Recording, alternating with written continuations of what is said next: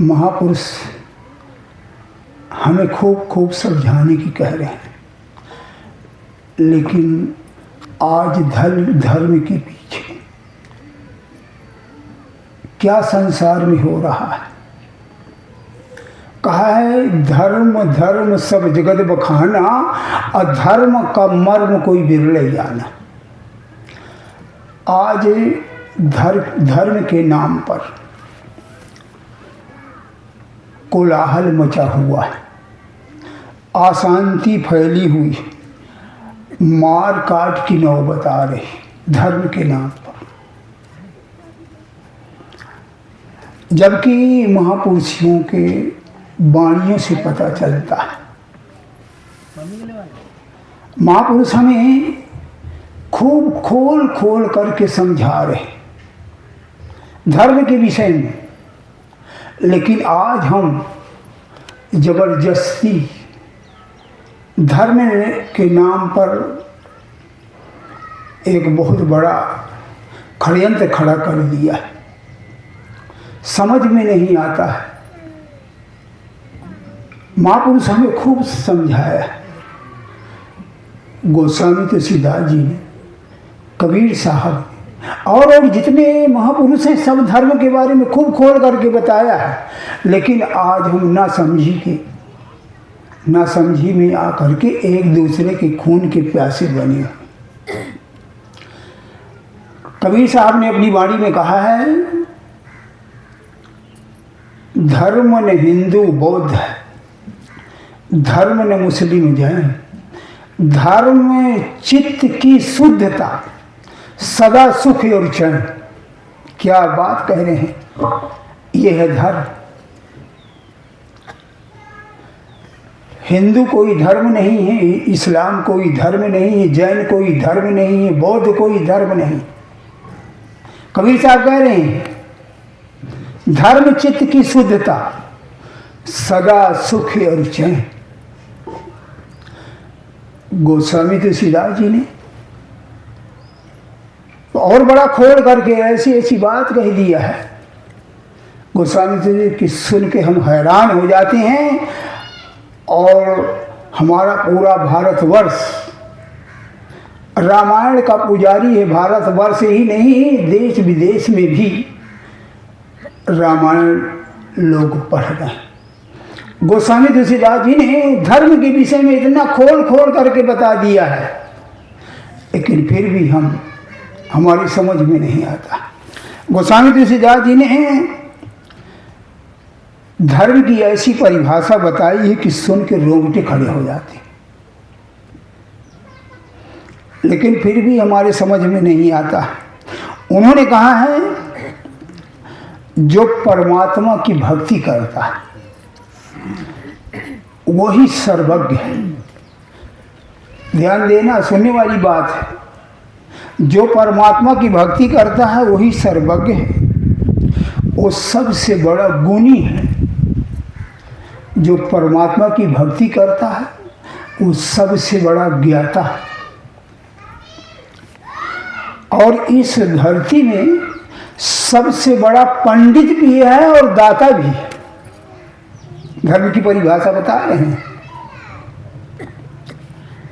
और वो सबसे बड़ा धार्मिक कह रहे हैं, सोई सर्वज्ञ गुणी सोई ज्ञाता, असो मही पंडित सोई मही मंडित पंडित दाता। धर्म परायण सोई कुल त्राता, और राम चरण जाकर मन राता। देखिए क्या बता रहे हैं धर्म की परिभाषा। धर्म परायण सोई कुल त्राता, और राम चरण जाकर मन राता। ये है धर्म की परिभाषा। यानी जो परमात्मा की भक्ति है यही वास्तविक धर्म है, और कोई दूसरा धर्म नहीं। और इसी से हमारा चित्त शुद्ध होगा और सदा के लिए हमें सुख मिल जाएगा जब इस धर्म को हम अपना लेंगे। और आगे कह रहे हैं, जो परमात्मा की भक्ति करता है वही नीत में निपुण है, वही नीत में निपुण है, और वही सबसे बड़ा सयाना है, और वही धर्म ग्रंथों के सिद्धांतों को जाना जो परमात्मा की भक्ति कर लिया। वही धर्म के सिद्धांतों को जाना है और वही सबसे बड़ा योद्धा भी है। ये वो योद्धा नहीं है जो तीर तलवार से लड़े जाते हैं। जिन्होंने मार मन डाला उन्हीं को सूरमा कहना। और वही से बड़ा, वही सबसे बड़ा पवित्र शरीर भी है, भाग्यशाली भी। कह रहे हैं नीति निपुण सोई परम सयाना, श्रुति सिद्धांत नीकित ही जाना। कहते श्रुति यानी सारे धर्म ग्रंथों का निचोड़ वही जाना है जिसने भक्ति, जो भक्ति कर रहा है। और कह रहे हैं सोई कवि कोविद सोई रणधीरा, अजो छल छाड़ भजहि रघुवीरा। और कह रहे हैं सोई पावन सोई सुभग शरीरा, अजो तन पाए भजहि रघुवीरा। जो शरीर मनुष्य का जन्म पा करके और भक्ति करता वो सब कुछ है, सब कुछ है, वही सब कुछ है। गोस्वामी तुलसीदास जी के माध्यम से शंकर जी भी कहते हैं, पार्वती से कह रहे हैं जो परमात्मा की भक्ति करता है वो जगत भर के लिए पूजनीय है।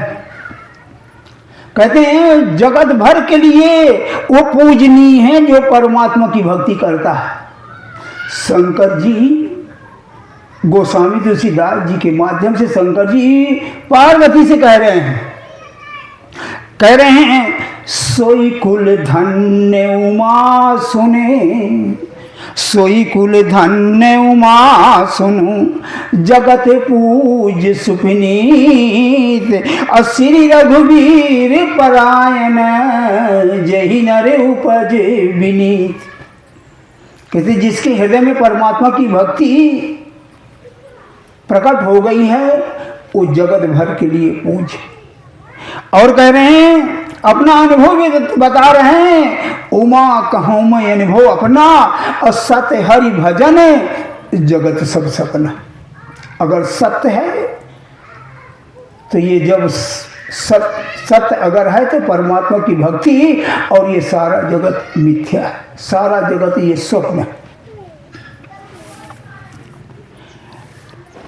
एक बार गुरु नानक साहब से किसी ने पूछा कि महाराज आप ये बताइए कि इंसान का धर्म क्या है और कर्म क्या है। तो गुरु नानक साहब ने दो सवाल कर दिया। किसी जिज्ञासु ने दो सवाल कर दिया कि इंसान का कर्म क्या है और धर्म क्या है। तो गुरु नानक साहब ने दो सवालों का जवाब एक दिया कि इंसान का कर्म क्या है और इंसान का धर्म क्या है। तो गुरु नानक साहब ने कहा सकल धर्म में श्रेष्ठ धर्म है हरि का नाम जप निर्मल कर्म। कहते हैं इंसान का धर्म और कर्म परमात्मा की भक्ति करना है। परमात्मा इंसान का उद्देश्य मात्र परमात्मा की भक्ति करना है। और ये जो कारोबार कर रहे हैं ये जीने के लिए कर रहे हैं, जो पेट के लिए कर रहे हैं। ये कारोबार करके तभी तो हमारा शरीर खड़ा रहेगा। तो ये कारोबार करके पेट का धंधा करते हुए हमारा वास्तविक उद्देश्य, हमारा वास्तविक कर्म, हमारा वास्तविक धर्म परमात्मा की भक्ति है, बस और कुछ नहीं। यही हम इंसानों का सनातन धर्म है। धर्म एक है, वो है इंसानी धर्म।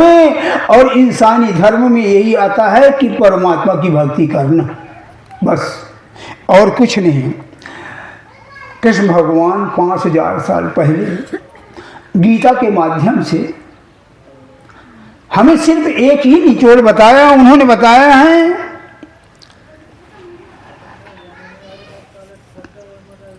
परमात्मा ही सत्य है, और वही चिंतन के पूर्ति में, यानी चिंतन का मतलब भजन ध्यान, भजन ध्यान से उस सनातन ब्रह्म की प्राप्ति संभव है।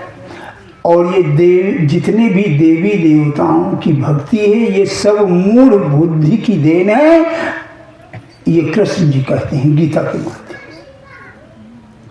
एक ही बात कह रहे हैं। अब इसी का, चाहे गीता का इतना बड़ा मोटी ग्रंथ पढ़ना शुरू कर दे, एक निचोड़ यही है, बस हो गया। और इसके बाद 3000 साल पहले महात्मा मूसा हो गए, तो उन्होंने इसी धर्म का यहूदी धर्म नाम रख दिया। लेकिन वो भी कह रहे हैं 3000 वर्ष पूर्व, वो कह रहे हैं तुमने परमात्मा से, ईश्वर से श्रद्धा हटाई, मूर्ति बनाई, इससे ईश्वर नाराज है, और प्रार्थना में लग जाओ। समझना क्या कह रहे हैं? प्रार्थना में लग जाओ। प्रार्थना का मतलब है ध्यान भजन, यानी वो भी यही धर्म बता रहे हैं। आज जो हम कह रहे हैं हमारा धर्म, हमारा धर्म, हमारा धर्म, हमारा धर्म, वो भी यही धर्म बता रहे हैं कि परमात्मा की प्रार्थना में लग जाओ, यानी ध्यान भजन में लग जाओ। और इसी तरह 2700 साल पहले, 2700 पहले एक जरथुस्त्र महात्मा हुए हैं, जिसको पारसी धर्म कहा गया। 2700 पूर्व अहूर मजदा कहा है, परमात्मा का नाम ले रहे हैं, अहूर मजदा। वो कह रहे हैं अहूर मजदा का मतलब है ईश्वर, ईश्वर की उपासना द्वारा हृदय में स्थित विकारों को नष्ट करो जो दुख के कारण। वो भी कह रहे हैं कि परमात्मा की भक्ति करके और हमेशा हमेशा के लिए दुख से छुटकारा पा जाओ। ये धर्म की परिभाषा है, सभी धर्म वाले हैं यही बात कह रहे हैं। और 2600 साल पहले, 2600 साल पहले महावीर, जो जैन धर्म को स्थापित किया है, उन्होंने ग्रंथों में कहा आत्मा ही सत्य है, आत्मा और परमात्मा ही सत्य है। और कह रहे हैं कठोर तपस्या, यानी भजन ध्यान से, जो भजन ध्यान कर रहे होंगे उनको पता होगा कि कैसे करना कुछ नहीं पड़ता, लेकिन लगता है भजन न करना पड़े और चाहिए कुछ करना पड़ता है। वो कह रहे हैं आत्मा और परमात्मा ही सत्य है, कठोर तपस्या से इसी जीवन में जाना जा सकता है। ये महावीर जी कह रहे हैं, जैन धर्म वाले।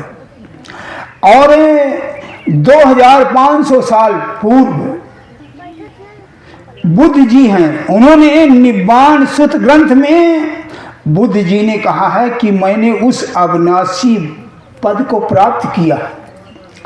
कह रहे हैं मैंने उस अविनाशी पद को प्राप्त किया है, जिसे पूर्व महर्षियों ने प्राप्त किया था, और यही मोक्ष है, यानी ध्यान भजन करके हमें मोक्ष प्राप्त होगी। यही बात वो भी कह रहे हैं ना। धर्म क्या है? धर्म की परिभाषा ये है। और 2000 वर्ष पूर्व, 2000 वर्ष पहले ईसा जी आए, उन्होंने भी बाइबल में कहा है ईश्वर प्रार्थना से प्राप्त होता है। प्रार्थना का मतलब है ध्यान भजन से ही प्रार्थना है। ये जो हम भजन करते हैं ये ध्यान ये प्रार्थना ही है, भजन ध्यान से ही। और वो कैसे कहते हैं मेरे पास आओ, यानी सदगुरु के पास आओ, ये तरीका वहाँ से मिल जाएगा प्रार्थना का।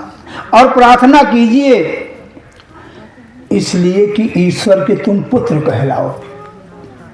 उनका भी निचोड़ यही है, भजन ध्यान, यही धर्म वो भी बता रहे हैं। और 1400 साल पूर्व, यानी 1400 साल पहले हजरत मोहम्मद सल्लल्लाहु अलैहि उन्होंने कहा है कि ला इलाहा इल्लल्लाह, ला इलाहा इल्लल्लाह मुहम्मदुर रसूलुल्लाह। यानी जर्रे जर्रे में वो खुदा व्याप्त है, जर्रे जर्रे में खुदा व्याप्त है, वो ईश्वर और उसके सिवाय कोई पूजनीय नहीं है।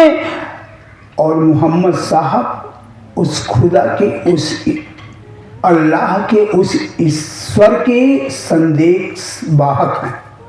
यानी वो भी कह रहे हैं यही धर्म है, यही धर्म है। यानी परमात्मा की भक्ति सभी धर्म में आ गया ना। ये बात दिमाग में चढ़ रही है कि नहीं चढ़ रही? यानी यही हमारा धर्म है, परमात्मा की भक्ति। और 1200 साल पहले, 1200 साल पहले आदि शंकराचार्य भी हुए। उन्होंने अपनी वाणी में कहा है कि जगत मिथ्या है, जगत मिथ्या है, यह सत्य है केवल हरि और उनका नाम ही सत्य है। यानी इनका भी इशारा यही हुआ ना, परमात्मा की भक्ति करने का। और इसके बाद कबीर साहब 600 साल पूर्व उन्होंने भी यही बात कहा है। उन्होंने कहा राम नाम अति दुर्लभ है, औरों से नहीं काम है, आदि अंत और युग युग राम ही के संग्राम। यानी भजन संग्राम माने जो भजन करते होंगे उनको पता होगा कि कितना बड़ा युद्ध करना होता है, कितना बड़ा संग्राम करना पड़ता है। जो भजन करते होंगे उनको मालूम है। यानी परमात्मा से ये सबसे बड़ा संग्राम है। साथ में ये भी कह रहे हैं और इस संग्राम के बगैर कल्याण भी नहीं होना। अरब खरब लो दब हो उदय असलो राज, बिन भक्ति भगवंत के सभी नरक के काज। इस कबीर साहब कह रहे हैं। और 500 वर्ष पूर्व गुरु नानक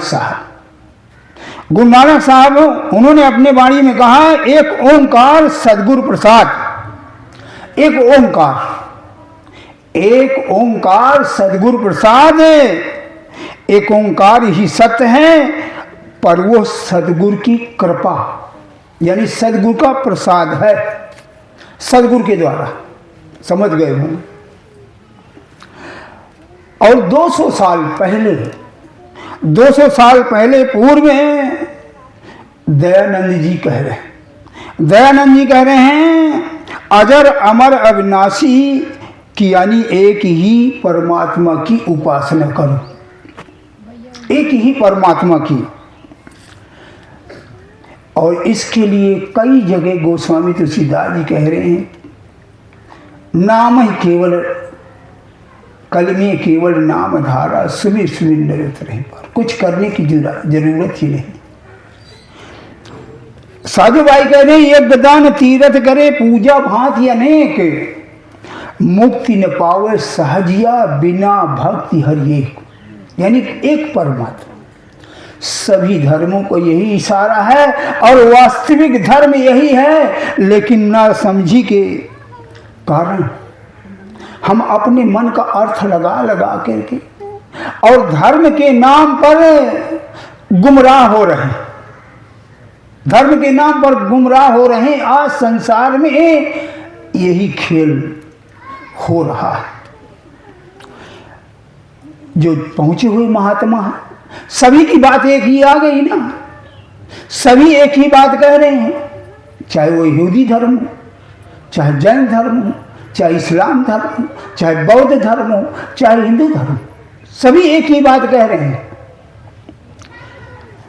दादू जी कह रहे हैं जे पहुंचे तिन पहुंचिया तिनकी एक है बात और सब साधु का एक मत, ये बीच के 12 बाट।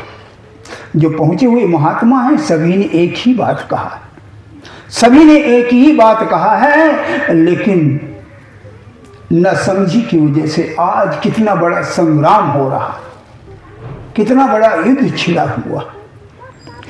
और हाँ, धर्म का एक नाम प्रेम भी है, धर्म का एक नाम प्रेम भी है, जो परमात्मा को विशेष प्यारा है, जो परमात्मा को विशेष प्यारा है। और इसे भी सभी महापुरुषों ने स्वीकार किया, सभी महापुरुषों ने। गोस्वामी तुलसीदास जी कह रहे हैं, राम ही केवल प्रेम प्यारा, अजान ले सो जान निहारा। कहते हैं परमात्मा को मात्र परमात्मा प्रेम प्यारा है और कुछ नहीं। इसे भी सभी महापुरुषों ने स्वीकार किया है। गुरु गोविंद सिंह यानी गुरु नानक साहब के 10वें पातशाही जो गुरु गोविंद सिंह, उन्होंने अपनी वाणी में कहा है, जिन प्रेम कियो तिन्हें ही प्रभु आयो, प्रेम वाली गली बिच कोई कोई लगदा। कहते प्रेम की गली में कोई पार हो पाया है। और इस्लाम धर्म में भी महापुरुषों की वाणियों से पता चलता है, वो भी कह रहे हैं, खुदा कहता है मोहब्बत मेरी इबादत है, खुदा कहता है मोहब्बत मेरी इबादत है, जिसके ख्वाब की ताबीर जन्नत है, फूल है खुशबू है दरिया की खानी है, मोहब्बत ऐसी इबादत है आदम और हव्वा की निशानी। इस्लाम धर्म भी स्वीकार कर रहा है प्रेम को। और एक मंसूर जी हुए, वो भी कई बात कह रहे हैं। वो तो इतना बात कह दिए जैसा कभी कभी गोस्वामी तुलसीदास जी ठोक ठोक करके कहते हैं, फिर भी हमारे समझ में नहीं आते। मंसूर जी क्या कह रहे हैं, अगर है शौक मिलने का तो हरदम लव लगाता जा। जैसे लैला और मजनू की लिव लगी थी, वासना का प्रेम नहीं था उनका। कहते हैं अगर है शौक मिलने का तो हरदम लो लगाता जा, न रख रोजा न मर भूखा, न जा मस्जिद न कर सिजदा, बजू का तोड़ दे पूजा, शराबे शौक पीता जा, शराबे शौक पीता जा। यानी शराबे शौक वो प्रेम का प्याला पीता जा। काट दिया ना सब। मंसूर जी कह रहे हैं कहीं कुछ करने, जैसे गोस्वामी तुलसीदास जी ने कहा है पूजा पाठ करने की कोई जरूरत नहीं है, सिर्फ नाम से ल्यू लगा। यही मंसूर जी भी कह रहे हैं, अगर है शौक मिलने का तो हरदम लो लगाता जा, न रख रोजा न मर भूखा, न जा मस्जिद न कर सिजदा, बजू का तोड़ दे पूजा, शराबे शौक पीता जा।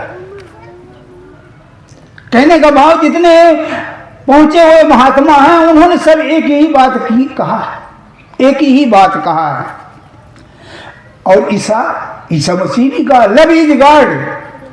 उन्होंने तो यहां तक कह दिया है कि प्रेम ही परमात्मा है, प्रेम ही परमात्मा है और प्रेम ही परमात्मा को प्यारा है। गोस्वामी तुलसीदास जी कह रहे हैं राम ही केवल प्रेम प्यारा, और जान ले सब जानन हारा, सब कोई जान ले, मात्र प्रेम प्यारा है परमात्मा। तो अगर हमारे अंदर सच्चा प्रेम तड़प है, कशिश है, तो परमात्मा प्रकट हो जाएगा। सच्चा प्रेम कशिश है, तड़प है, तो ये परमात्मा हमारे हृदय के अंदर है, प्रकट हो जाएगा। जो जर्रे जर्रे में व्याप्त है तो प्रकट हो जाएगा। कह रहे हैं गोस्वामी तुलसीदास जी, हरि व्यापक सर्वत्र समाना, अप्रेम ते प्रकट हो ही मैं जाना। कहते प्रेम से ये प्रकट हो जाएगा, ये प्रेम से परमात्मा वो प्रकट हो जाएगा। और इसी किसी फकीर ने कहा है, इक्स करने में वहदत का मजा मिलता है। वहदत का मतलब अकेले, जो प्रेमी होते हैं अकेले बैठ जाते हैं छत में, खेत की मेड़ में, और अकेले में वो आनंद चखते हैं। कहते हैं इक्स सच्चा है, इक्स करने में वहदत का मजा मिलता है। इक्स सच्चा है तो बंदे को खुदा मिलता है। कबीर साहब कह रहे हैं इसी प्रेम को भाव कह करके बयान किया। भाव, जैसे हम बाजार में जाते हैं तो सबसे पहले क्या करते हैं? भाव तय करते हैं। अमरूद क्या भाव, आलू क्या भाव, भाव लगाते हैं। तो एक शब्द प्रेम का भाव भी है। वो कह रहे हैं कि बगैर भाव की ये सौदा तो मिलता नहीं, और परमात्मा भाव के बगैर कैसे मिल सकता है। कबीर साहब कह रहे हैं भाव बिना बाजार में बस न मिलती मोल, और भाव बिना हरि ना मिले, भाव सहित हरि बोल। यानी प्रेम से हरि को पुकार, यही असली धर्म है। और एक जगह कह रहे हैं है सब जगह नजर आता नहीं, योग साधना के बिना कोई पाता नहीं। यानी योग साधना क्या है? यही भजन ध्यान। इसलिए महापुरुष कहते हैं परमात्मा में समाने का, मोक्ष पाने का साधन बताया है गुरु चरणों में दृढ़ विश्वास, प्रेम, विश्वास, गुरु चरणों में दृढ़ विश्वास, प्रेम। अगर परमात्मा को पाना है, परमात्मा में समाना है, यानी मोक्ष को प्राप्त करना है, तो गुरु के चरणों में प्रेम कर ले बस। श्रीमद् भागवत में कहा है, श्रीमद् भागवत में है सतत सर्व गुरो भक्तया पुरुषो हम जसा जयेत। यानी ये बात यही बता रहे हैं कि गुरु से प्रीत। और अगर संसार में कोई प्रेम करने लायक है तो गुरु के अलावा कोई नहीं, कोई नहीं है। कबीर साहब कह रहे हैं प्रीत बहुत संसार में नाना विधि की होए, उत्तम प्रीत सुजानी सतगुरु से जो हो। अगर सदगुरु से प्रेम हो गया तो समझो उससे बहुत परेशान होने की जरूरत नहीं। बगैर सदगुरु के सच्चे प्रेम, बगैर सदगुरु के सच्चे प्रेम, सदगुरु के देश में जाना मुश्किल ही नहीं नामुमकिन है, मुश्किल ही नहीं नामुमकिन है। इसलिए कबीर साहब कह रहे जोगी जंगम सेवड़ा सन्यासी दरवेश, जोगी जंगम सेवड़ा सन्यासी दरवेश, बिना प्रेम पहुंचे नहीं सतगुरु दुर्लभ देश। अगर उस सतगुरु के देश में पहुंचना है तो गुरु से प्रीत करना, गुरु से प्रेम करना होगा। इसलिए कबीर साहब कह रहे हैं ये प्रेम सस्ता नहीं, सुनने में अच्छा लग रहा है, सस्ता नहीं, जो भजन करते हैं वो पता होगा। इसलिए कबीर साहब कह रहे हैं गुरु से लगन कठिन है भाई, गुरु से लगन कठिन है भाई। और कह रहे हैं लगन लगे बिने काज न सरी है, मगर प्रेम के काज भी नहीं सरेगा। लगाने लगे बिने काज न सरी है, जीव पर ले हो जाई, गुरु से लगन कठिन है भाई।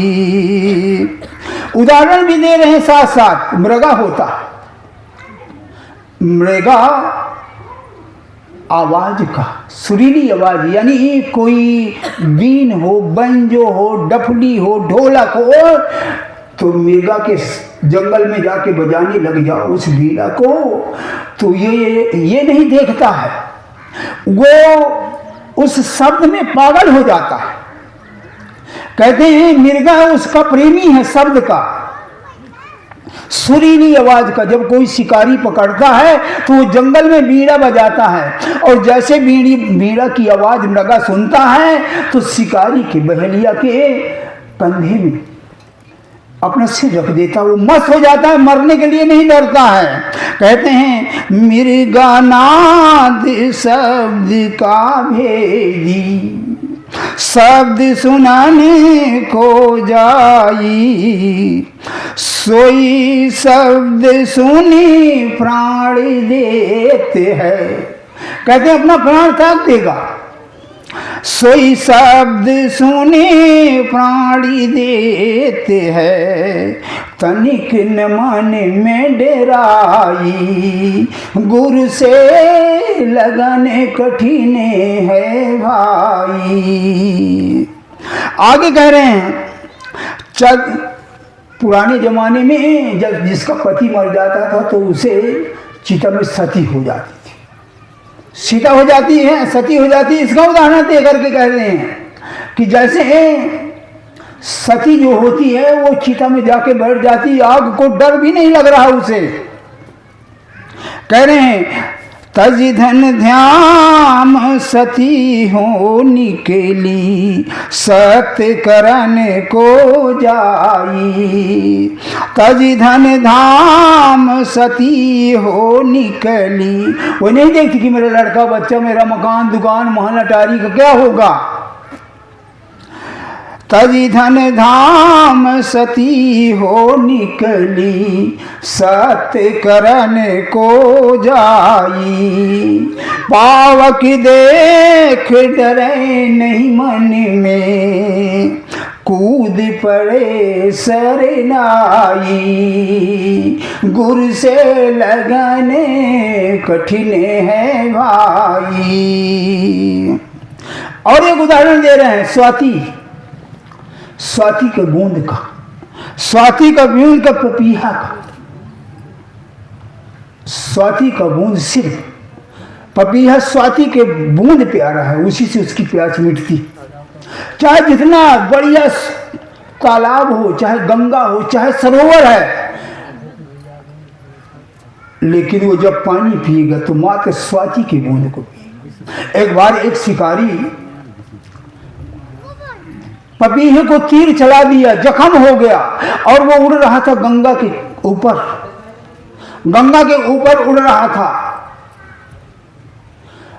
और वो गंगा में गिरते गिरते अपनी चोंच बंद कर लिया कि कहीं धोखे से गंगा का पानी मेरे मुंह में न चला जाए। क्यों? मात्र स्वाति का बूंद उसे प्यारा है, बस मात्र स्वाति का, यानी स्वाति के बूंद से प्यार है उसे। तो कबीर साहब उसका उदाहरण दे के कह रहे हैं स्वाति बूंद को रटत पपीहा, स्वाति बूंद को रटत पपीहा, पिया पिया रटिलाई, प्यासी प्राण जाते हैं अब ही और नीर नहीं भाई, गुरु से लगन कठिन है भाई। कहते गुरु से लगन कठिन है, गुरु से प्रेम करना बहुत कठिन। कितने उदाहरण दे के कह रहे हैं। और एक उदाहरण दे रहे हैं, जैसे युद्ध, पुराने जमाने में युद्ध होता था, जो असली योद्धा था तो चाहे कट करके पुर्जा हो जाए लेकिन रण को नहीं छोड़ के जाता था। जैसे आज मिलिट्री के जवानों की ऐसी ट्रेनिंग दी जाती है कि मर जाना है, सीने गोली लगे तो सीने में लगे, माथे में लगे, भुजाओं में लगे, लेकिन पीछे न लगे। खेत को नहीं छोड़ना है, रण को नहीं छोड़ना है। इसका उदाहरण कह रहे हैं कि गुरु से ऐसी लगन हो। कह रहे हैं दो दल आए जुरे जब सन्मुख, दो दल आए जुरे जब सन्मुख, सूरा लेते लड़ाई, टूक टूक होई गिरे धरनी माँ, खेत न छोड़ जाई। यानी युद्ध को नहीं छोड़ सकते। इसका उदाहरण देकर के कह रहे हैं योद्धा का, यह है गुरु की प्रीत, इस तरीके हमारी गूंज है। और कह रहे हैं ये शरीर की आशा छोड़, ये तो 4 दिन की जाने, आज हम खूबसूरत है, जवानी किशोरावस्था लड़कपन है, ये हमारे देखते देखते शरीर बुढ़ापे में बदल जाता है, घिनौने शरीर में बदल जाता है। कह रहे हैं छोड़ो अपने तन की आशा, निर्भय हो गुण गाई, निर्भय होकर के प्रभु की भक्ति कर।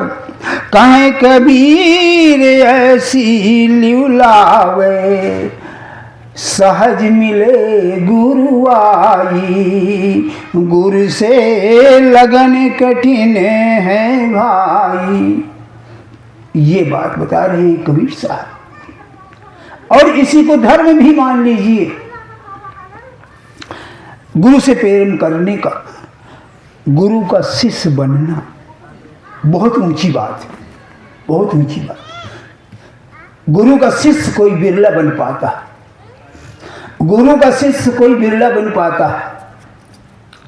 गुरु का शिष्य बनने के लिए पता है, जैसे गन्ना अपने को परवा डालता, गन्ना अपने को परवा डालता, फिर रस बन जाता है, और फिर तपता है तो गुड़ बनता है, और जब गुड़ तपता है तो खांड बनती है, और जब खांड तपती है तो चीनी बनती है, और जब चीनी को तपाया जाता है तो मिश्री बनती है, और जब मिश्री को तपाया जाता है तो काल्पी मिश्री बनती है। फिर इसके आगे बंद। काल्पी मिश्री सबसे शुद्ध मीठा है, वो नुकसान नहीं कभी करे, काल्पी मिश्री। लेकिन काल्पी मिश्री बनते बनते उस गन्ने की क्या दुर्गत हो गई। ये है शिष्य बनना। हम तो रस बनने में ही छींक मारे जा रहे हैं, रस बनने में हमारी सभी गत हो जा रहे हैं। रस ही नहीं बनना चाहिए। मिश्री और गुड़ खांड बहुत दूर है। जितनी देर कढ़ाई में चढ़ाया जाएगा क्या हाल होगा। ये है हमारी हालत। इसी तरह हमारी हालत है,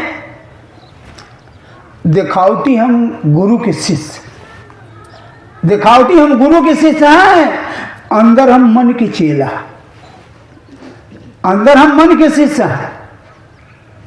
ऊपर ऊपर से गुरु के शिष्य, अंदर से हम अपने मन के शिष्य हैं। मन और बुद्धि के विचारों से बाहर से राम राम की पूजा कर रहे हैं, बाहर से राम राम की पूजा कर रहे हैं, अंदर से हम रावण के भक्त, अंदर से हम रावण के भक्त हैं, बाहर से हम राधे कृष्ण जप रहे हैं, और अंदर हमारे कंस का जाप चल रहा है। कंस जपे जा रहे हैं अंदर से। बाहर से हम बुद्ध महावीर कबीर की चर्चा करते हैं, और अंदर हिटलर सिकंदर माफियाओं की चर्चा चल रही है। ये हमारी हालत है। इसलिए कहते हैं साधु होने इतने सरल नहीं। रख दो यार भाई, अब नहीं पिए, रख दो, बीच में डिस्टर्ब न करो, अब इतना कोई नहीं प्यासा होगा। इसलिए महापुरुष कहते हैं साधु होना चाहत तो पक्का हुई के खेल, साधु होना चाहत तो पक्का हुई के खेल। अब कच्ची सरसों पेड़ के खरी भया न थी, कच्ची सरसों पेड़ दिया न खरी न हुई न तेल है। तो इसलिए महापुरुष कहते हैं कि अगर साधु होना चाहता है, सत्संगी बनना चाहता तो पक्का हो जा, चाहे जितनी आपत्ति विपत्ति आए, लेकिन ध्यान भजन हमसे नहीं छोड़ना चाहिए।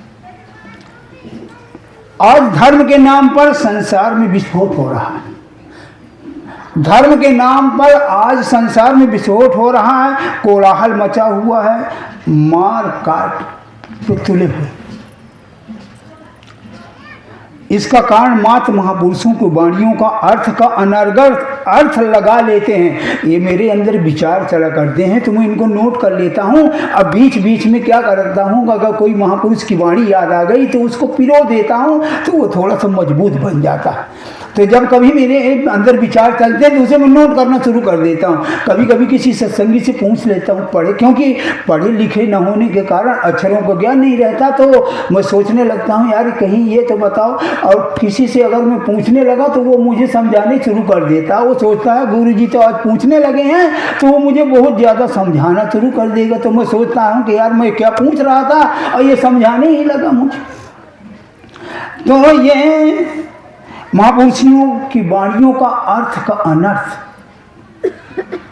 जब हम लगा लेते हैं, इसलिए ये कोलाहल मचा हुआ है। क्योंकि महापुरुष ऐसी बात कह देते हैं कि हमारे समझ में नहीं आता। महापुरुष ऐसी बात कह देते हैं कि हमारे समझ में नहीं आता है, उसका हम अर्थ ही नहीं लगा पाते, हमारे समझने के परे हो जाता है। और जब समझने के परे हो जाता है तो फिर हम उन्हीं वाणियों का अपने मन का अर्थ लगा लेते हैं, उन्हीं की वाणियों का अपने मन का अर्थ लगा लेते हैं। इसलिए मैं कभी कभी कहता हूं कि संत और पागल की एक ही कैटेगरी है। संत और पागल की एक ही कैटेगरी है। क्यों?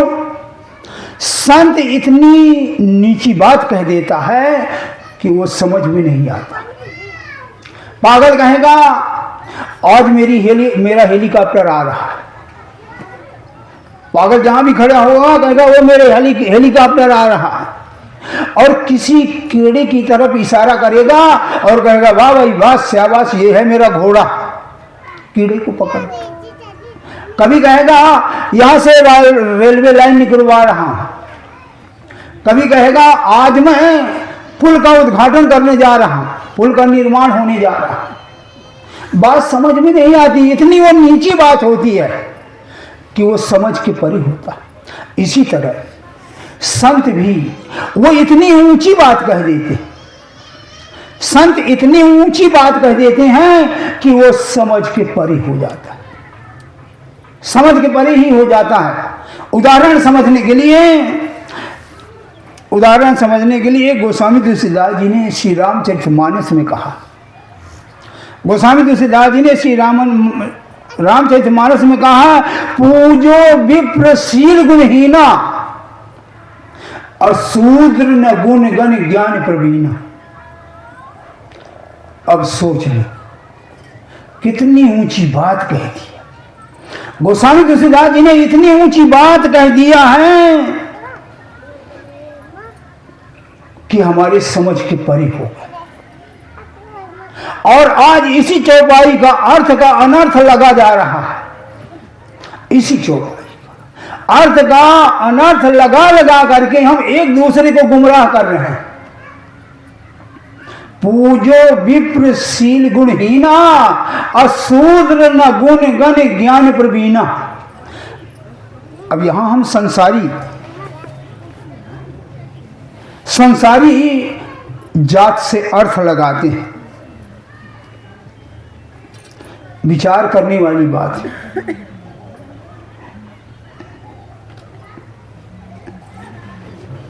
संसारी जात से लगा दे। अगर गहराई से विचार किया जाए, गहराई से विचार किया जाए, विपुरानी ब्रह्म, उनके कहने का भाव यह है कि जो विप्र होगा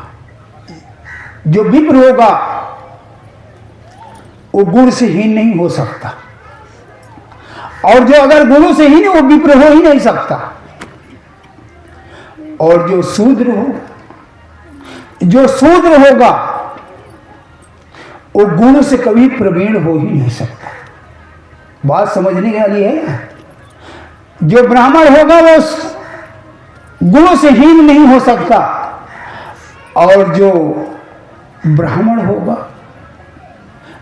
वो गुणों से हीन नहीं हो सकता, और शूद्र जो होगा वो गुण में कभी प्रवीण नहीं हो सकता। ये बात, इसका प्रमाण है, इसका प्रमाण वेदों से मिलता है। वेदों में कहा गया है, जन्मना जायते शूद्र, जन्मना जायते शूद्र संस्कारात् द्विज उच्यते, वेदाध्यायी भवेद विप्रः ब्रह्म जानाति ब्रह्मण। ये वेदों में कहा गया। गोस्वामी तुलसीदास जी ने इतनी ऊंची बात कह दी, हमारे समझ के परे है। वेद में कहा गया है कि जन्म से सभी शूद्र हैं, जन्म से सभी शूद्र हैं, और वो संस्कारात् द्विज उच्यते। जैसे हम स्कूल में भेजते, पहले गुरुकुल हुआ करते थे, गुरुकुल हुआ करते थे, तो उनको ग्रंथों का अध्ययन कराया जाता था, और अध्ययन करा करके उन धर्म ग्रंथों में जो लिखी हुई बात है समझ करके फिर उस पर आचरण किया जाता था। आचरण जब कर लेते हैं, जान लेते हैं, तो अपने घट में यानी वेदों का, धर्म ग्रंथों का अध्ययन करके बात समझ में आ गई, और उनके अनुसार हम आचरण करके और उस ब्रह्म को जान लिया, उस ब्रह्म को जान लिया, वही वास्तविक ब्राह्मण है, वही वास्तविक ब्राह्मण है। किसी के घर में पैदा होने से कोई ब्राह्मण नहीं हो जाता, ब्राह्मण पैदा नहीं होता, ब्राह्मण बनना पैदा, ब्राह्मण पैदा नहीं होता, ब्राह्मण बनना पड़ता है। जैसे सोनार पैदा नहीं होता, सोनार बनना पड़ता है। हमारे राजापुर में कई लोग सोनार बने, कई कौम के। चुरिहार पैदा नहीं होता, चुरिहार बनना पड़ता है। कहार पैदा नहीं होता, कहार बनना पड़ता है। लोहार पैदा नहीं होता, लोहार बनना पड़ता है। राजापुर में एक कहार लोहार बना, और इतना बढ़िया लोहे का काम करता है कि सब कोई उस लोहार जानता है। वो तो मुझे पता चला, किसी ने बताया कि भैया ये जो है, एक लोहारे ने बताया कि ये हमारे बाबा के साथ काम करता था, और ये आज भी लोहार बन गए। कहने का भाव, किसी के घर में पैदा होने से कोई ब्राह्मण नहीं होता, लोहार नहीं होता, लोहार कहार चुड़ियार बनना पड़ता। ये सब हम जब आचरण कर लिए, इसलिए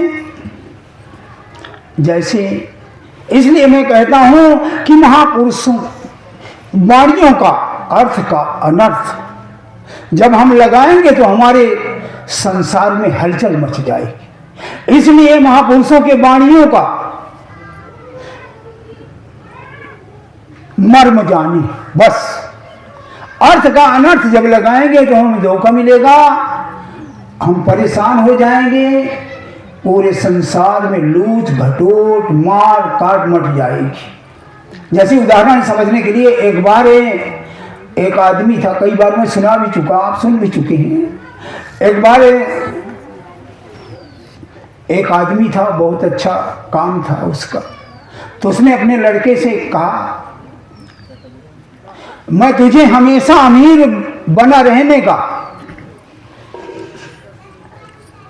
एक नुक्ता लिख करके जाऊंगा, एक नुक्ता लिख करके जाऊंगा, और जब कभी तुझे कोई गड़बड़ी आए तो उस नुक्ता को पढ़ लेना। तो उसने कहा कि उसने चिट में लिख दिया, रख दिया बक्सा में। कुछ दिनों के बाद वो व्यक्ति खत्म हो गया, तो उसका व्यापार बिजनेस थोड़ा सा गड़बड़ाने लगा। तो उसने सोचा कि मेरे पिताजी ने कहा था कि मैं तुझे अमीर बना रहने का एक चिट लिख करके जाऊंगा, जब कभी गड़बड़ाने लगे तो उसे पढ़ लेना। तो उस चिट को निकाला और पढ़ना शुरू कर दिया। उसमें लिखा था, बेटा छाया में आना छाया में जाना, मीठा करके खाना और उधार देकर का कभी मांगना नहीं, तो कभी गरीब हो ही नहीं सकता। अब उसने सोचा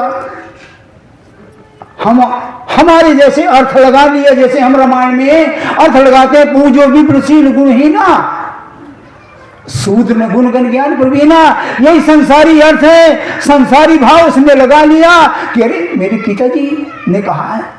उसने तुरंत टेलरों को बुलाया, दर्जियों को बुलाया और कंपनी से, कारखाने से घर तक तंबू लगवा दी सिला सिला करके कि मुझे छाया में आना है, छाया में जाना है कंपनी तक। और वो रोज छाया में आता, छाया में जाता, और जब खाने बैठता तो उसमें मीठा जरूर होना चाहिए, कभी हलवा, कभी खीर, कभी रसगुल्ला, कभी रसमलाई, मीठा जरूर होना, कभी पेड़ा, कभी बर्फी। मीठा खाते खाते छाया में आते जाते। और फिर क्या लिखा है, उधार दे करके कभी मांगना नहीं। जो कंपनी में प्रोडक्शन निकलता, ले जाओ भैया, लिखा है ना, उधार दे के मांगना नहीं, लिखा हुआ है, ले जाओ। कोई जहां लेना है 200 का, वो 2000 का लिए जा रहा है, मांगना है ये नहीं। कुछ ही दिनों में मीठा खा करके शुगर हो गया, छाया में आता, छाया में जाता, छाया में रहता, शरीर पीला हो गया। अब व्यापार भ्रष्ट हो गया, क्योंकि उधार देना, मांगना है ये नहीं, लिखा है ना। एकदम शरीर जर्जरा हो गया, व्यापार ठप हो गया, कंपनी बंद होने के कगार में। एक दिन कुर्सी लगा करके दरवाजे में बैठा है, वहीं से उसके पिता का दोस्त निकला और कहने लगे क्या बात है यार, तेरी सेहत क्या हो गई? कहने लगे भाई क्या बताऊं, मैं तो व्यापार में गड़बड़ा रहा था, लेकिन मेरे पिताजी ने कहा था मैं तुझे एक चिट लिख करके जाऊं, चिट लिख करके जाऊंगा, इसे पढ़ लेना, इसी के मुताबिक चलना, तेरा कुछ नहीं बिगड़ेगा। और उसी के मुताबिक मैं चला। जब उसके मुताबिक चला तो मेरा शरीर जर्जर हो गया, शुगर हो गया, शरीर पीला पड़ गया, उधार दे के मांगते नहीं, सारा कारोबार बंद होने जा रहा, इसलिए उदास बैठा। कहने लगा जरा दिखा तो वो चिट, मुझे वो चिट दिखा, किसमें लिखा है? कहने लगे ये देखो ये लिखा है। जब उसने पढ़ा, क्योंकि उसके पिता का दोस्त था उसकी कैटेगरी का था ना, तो जब उसने देखा कहने लगे यार इसमें तो बड़ा साफ लिखा हुआ है, इसमें अमीर गरीब होने का तो मतलब ही नहीं होता। कहते मैं इसी तरीके से चला हूं, क्या बात कर रहे हैं आप? कहने लगे नहीं, इसके हिसाब से तू चला ही नहीं। कहने वो कैसे? कहने इसमें लिखा हुआ है कि सुबह कंपनी इतनी देर पहुंचे कि सूरज निकलने, रोशनी होने से पहले कंपनी में पहुंच, कंपनी में पहुंच करके और इतनी मेहनत कर, ये नहीं कि 2 ही बजे भाग के चला आए, कमलेश जैसे 3 बजे कंपनी से चले जाते। जब छाया हो जाए, छाया धूप होने से पहले कंपनी में पहुंच जा, और छाया जब आ जाए, दिन खत्म हो जाए, तब कंपनी से चल। ये है इसका भाव लिखा, छाया में आना, छाया में जाना, इस तरीके से ये लिखा हुआ है।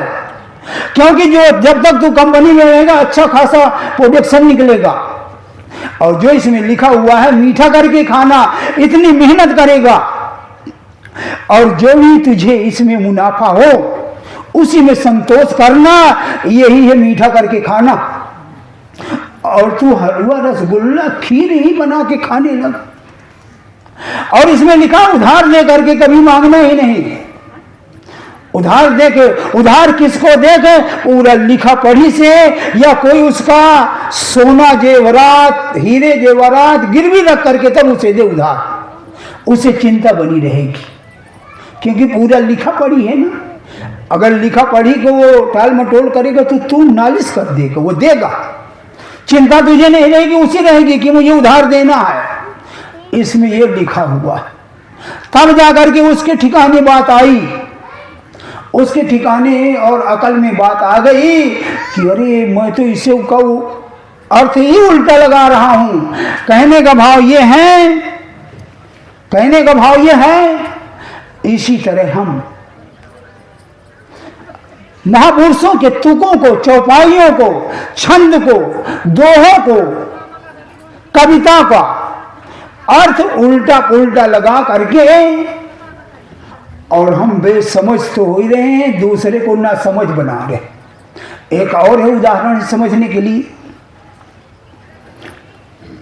एक और उदाहरण, वो क्या है? श्री रामचरितमानस में लिखा हुआ है, ढोल गंवार शूद्र पशु नारी और सकल ताड़ना के अधिकारी।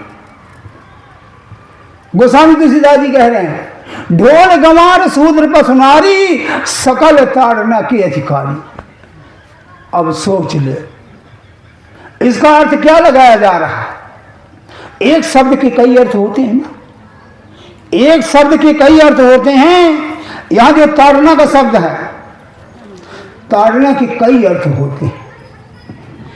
ताड़ना माने कस कर रखना, ताड़ना माने कस कर रखना, ताड़ना माने चौकस रहना,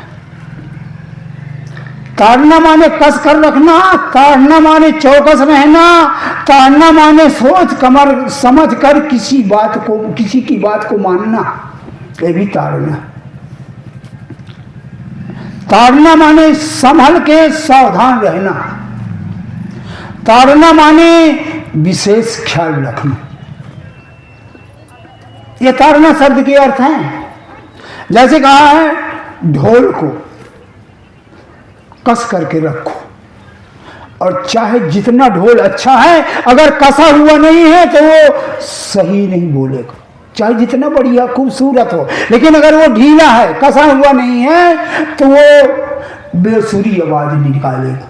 तो इसलिए उसे कस कर ताड़ना, ढोल गंवा, ढोल गंवार, ढोल और गंवार, गंवार से सावधान रहना। पता नहीं कब क्या कह दे, पता नहीं कब क्या कह दे, क्योंकि मोटी बुद्धि का होता है। उसे भी ताड़ना शब्द में कह रहा हूं, उसका विशेष ख्याल रखना है। शूद्र कोई विशेष जात नहीं, शूद्र कोई विशेष जात नहीं है जिनके अंदर आध्यात्मिक और धार्मिक संस्कार नहीं है। जिसके अंदर धार्मिक और आध्यात्मिक संस्कार नहीं है, वो ही शूद्र है। उनकी बात सोच समझ करके मानना चाहिए। जिसके अंदर धर्म और आध्यात्मिक संस्कार नहीं है, उसकी हर बात सही नहीं हो सकती है। उस पर विशेष सोच समझ कर ताड़ करके उसकी बात को मानिए। पशु, ताड़ना माने हमेशा संभल के रहे, हमेशा पशु से हमेशा संभल के रहना चाहिए। जैसे कुत्ता, सांड, मरखनी भैंस, किसी किसी की भैंस बहुत मारती, मरखनी भैंस, जंगली जानवर, यानी पशुओं से सावधान रहिए। ताड़ना माने तड़ के रहिए। ताड़ना माने 5वें नंबर में आता है नारी का विशेष ख्याल रखना। नारी का विशेष ख्याल रखना, क्योंकि नारी से ही बुद्ध, महावीर, गुरु नानक, कबीर जैसे महापुरुष आए हुए। न सकल ताड़ना के अधिकारी, इनको ताड़ करके रखना है, इनकी रक्षा भी करना है, क्योंकि इन्हीं से, नारी से नर होता है। नारी निंदा ना करो, नारी नर की खान, और नारी से नर होता है ध्रुव प्रहलाद समान। इनका विशेष ख्याल ही करना। ताड़ना इन्हीं से सुखेन वैद, धनवंतर वैद, लुकमान हकीम, डॉक्टर, इंजीनियर, इन्हीं से तो आए हुए हैं। इन्हीं से तो आए हुए हैं। इसलिए नारी को भी विशेष ख्याल करना है, कभी दुख नहीं देना चाहिए, विशेष ख्याल रखना। यह है ताड़ना, यह है ताड़ना।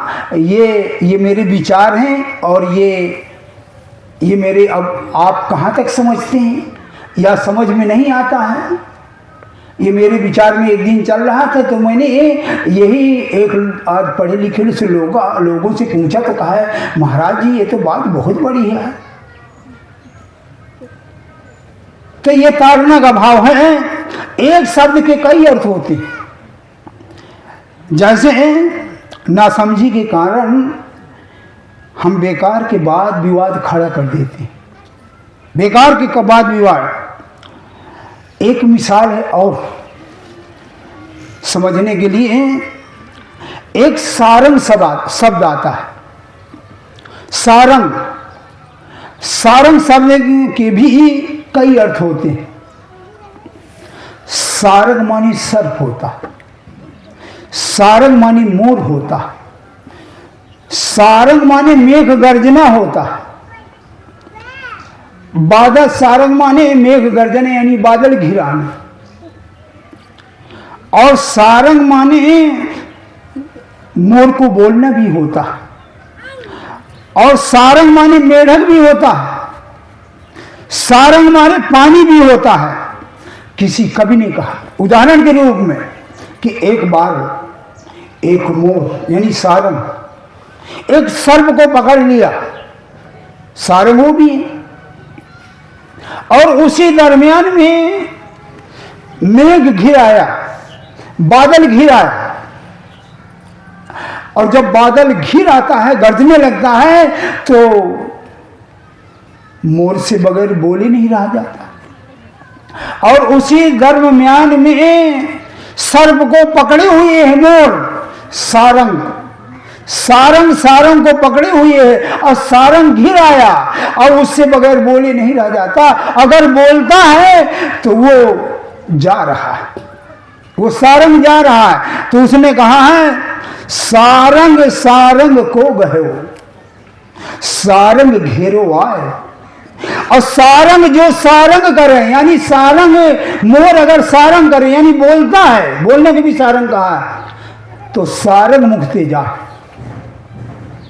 अगर मैं बोलता हूं तो ये सारंग जा रहा है। हो गया ना, एक शब्द के कई अर्थ हो गए। इसलिए महापुरुष कहते हैं ये ना समझी की वजह से है। हम कह देते देखो लिखा तो है। कई बार मैं और एक उदाहरण सुनाया करता हूं कि एक बार एक आदमी व्यापार कर रहा था, घाटा लगा, बाहर चला गया, और जब बाहर चला गया तो काफ़ी घाटा लगा हुआ था, काफ़ी पैसा ऋण तो अदा कर दिया, पैसा चुकता कर दिया। उसकी पत्नी चिट्ठी भेजा करती थी चले आओ, फिर चले जाना, चले आओ। नहीं आ रहा था, वो सोचा करता था कि कुछ और कमा लूँ व्यापार बिजनेस करने के लिए, फिर जाऊंगा। एक बार उसकी पत्नी ने झल्ला के लिख दिया कि मैं तुम्हारे रहती हुई रांड हूं। जब ये लिख दिया चिट्ठी पहुंचा, वो तो हार मार मार के रोने लगा। मोहल्ले के लोग इकट्ठा हो गए, कहने लगे क्या बात है, क्यों रो रहा है? कहने लगे मेरी पत्नी रांड हो गई। तो सब मोहल्ले वाले कहते हैं करे गया बड़ा बेवकूफ तू बना है, वो रांड कैसे हो गई? कहती ये देखो, ये चिट्ठी दिखा दी, ये देखो लिखा। यही हालत आज संसार की है कि महापुरुषों की वाणियों का अर्थ का अनर्थ लगा करके और खड़ा कर देते हैं कि पूजो विप्र शील गुण कीना, शूद्र न गुण गण ज्ञान प्रवीणा। हर कौम में शूद्र है, हर कौम में ब्राह्मण है, हर कौम में सब कुछ है। शूद्र कोई विशेष कौम नहीं है। इसलिए महापुरुष कहते हैं ये 4 दिन की जिंदगी मिली और इसका मनुष्य का उद्देश्य है धर्म में चलना।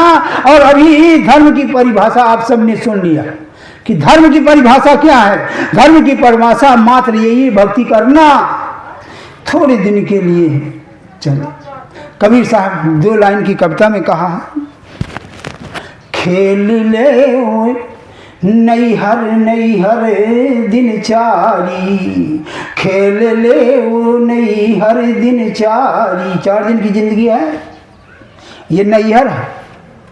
खेल ले वो नैहर दिलचारी, पहले बुलौआ 3 जन आए, नौआ बामन बारी। पहले बुलौआ 3 जन आयो, नौआ बामन बारी। वो कौन से हैं? बाल पक जा, कानों से सुनाई न दे, आंखों से दिखाई न देना।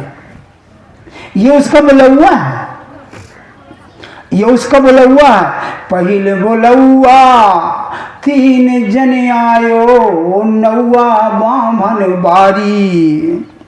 जाए कि कह दे मोरे बाबा से, अब की लगन दे टारी। कुछ दिन के लिए वो मौका मिल जाए। जाए कि कह दे मोरे बाबा से, अब की लगन दे टारी। दूसरी बुलौआ आप चली आयो, लइके डोलिया कहारी।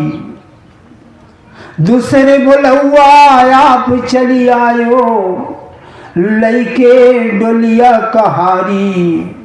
धर पहिया डोलिया बैठायो, कोई न लगे गोहारी। खेल ले वो नैहर नैहर दिनचारी।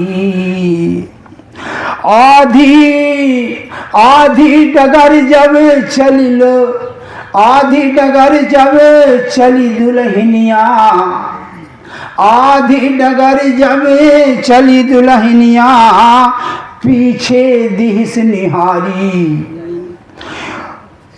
मोरे देशवा माँ चिता में, मोरे देशवा माँ आग लगी है, मोरे देशवा माँ आग लगी है, कोई न लागे गोहारी। खेल ले वो नैहर दिनचारी। कहत कबीर सुनो भाई संतो, कहत कबीर सुनो भाई संतो, अब तो ले विचारी। या पद का जो अर्थ लगावे, सोई ज्ञानी हम अनारी। खेल ले वो नैहर दिनचारी। थोड़ी दिन की जिंदगी है, ये शरीर ऐसा नहीं रहेगा, ये खूबसूरती ऐसी नहीं रहेगी। ये हम एक दिन, बहुत से लोगों के तो 3 लोग आ चुके हैं, और जिसके नहीं आए वो आ जाएंगे। इसलिए अपना काम बना लीजिए। तो मैं अब अपनी बात यही से समाप्त करूँगा। सब लोग भोजन करके जाएंगे।